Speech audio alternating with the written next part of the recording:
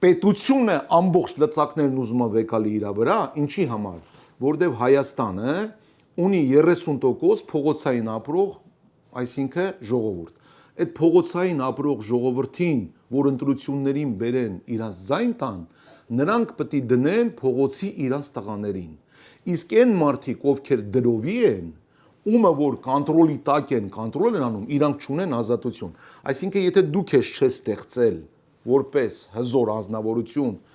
Փաշինյանն է բերե ինչ-որ մեկին դրե փողոց, ասում այսօրվանից դու ես փողոցի տղեն, կառավարում ես, բայց իր գունը Բայց դա հնարավոր է տեխնիկապես, դա ո՞նց է հնարավոր, ասենք այդ մարդը եթե հարգանք չի վայելում, եթե ինչ-որ հետագից չունի, եթե այդ ձեր ասած փողոցի կյանքով չի ապրել, ո՞նց է դառնում։ Փողոցի կյանքով ասենք ապրող տղաներ են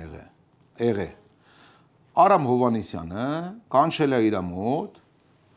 տարել է, ասել է ուզում եք 20 տարի նստեք 210 հոդվածով, չէ։ Դե ուրեմն մեր հետ աշխատեք։ Ինչ ձեզ ասենք պետք է անեք, ընտրություններին մեզ պետք է օգնեք, սաղ ով որ մեզ խանգարում է, նրանց երեխեքին, նրանց ընտանիքներին, նրանց սաղին տիպ պատժեք, ձեր համար լրիվ կանաչ լույս է, ձեր համար ամեն ինչ լավ է, ձեր հետևից չեն գալու, ինչով ուզում եք զբաղվեք։